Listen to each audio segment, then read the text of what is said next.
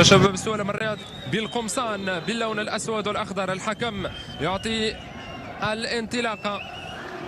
كان قد لعب بقميص المغرب الرياضي الفاسي هناك بمدينة فاس. هنا فرصة، المحاولة الأولى ضربة رأسية والهدف الأول، جول الأولى من اللقاء. هنا اللقطة، وصلت الكرة العرضية ضربة رأسية برشيد في الحصول على الأسبقية والتقدم. هنا الإعادة، هنا اللقطة ضربة رأسية من عبد العزيز عزاوي الذي أسكن الكرة الشباك مغالطا حارس المرمى أنس الزنيتي. يتمكن من التصدي ولم يجد أي حل في اللقطة الماضية لتصبح النتيجة هدف مقابل شيء. كرة طويلة من التوغولي في الجهة اليمنى دائما لنادي الرجاء الرياضي الذي يجد الكثير صعوبات في الوصول.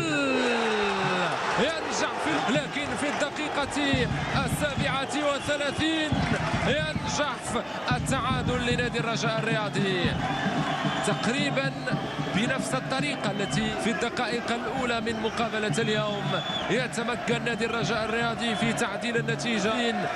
هنا الإعادة، هنا اللقطة، هنا الفرصة، وصلت الكرة لنوفل عرضية من يسري، ينجح في مغالطة حارس رفع الهلالي تقريبا بنفس الطريقة التي سجل من خلالها عبد العزيز. أول لنادي يوسفية برشيد. تصبح النتيجة هدف لكل فريق قبل دقائق على نهاية البطولة الاحترافية إنويا القسم الأول، وتنطلق معه فرص ومحاولات كلا الفريقين. كرة في وسط الملعب، أشرف مرزاق، كرة مرزاق عادت من جديد، كرة تفتك، أشرف مرزاق، روجي أولو، يوسف بالعمري، العرضية من بالعمري في منطقة الجزاء، التسديد، الهدف الثاني لنادي الرجاء الرياضي. ينجح في الوصول لمرمى الحارس لنادي الرجاء الرياضي، الوصول لمرمى يوسفية برشيد مع بداية. هنا اللقطة العرضية من يوسف بالعمري، وصلت الكرة لزكريا الذي كان متواجد بقوة، لم يترك أي فرصة لحارس المرمى للتصدي أو إبعاد عن الخشبات الثلاث. هنا اللقطة، هنا الفرصة، وهنا المحاولة. جاء الرياضي في هذا الشوط بعد أن نجح الفريق الألماني الذي تمكن من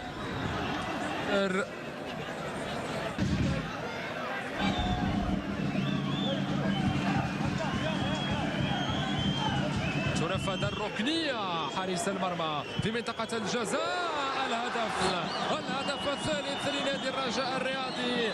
ينجح زكريا الوردي في الوصول، أشرف الهلالي، الهدف الثالث لفائدة الرجاء الرياضي. زكريا الوردي يتمكن من الوصول. الهلالي تصبح النتيجة اليسرى، لا تصد ولا ترد.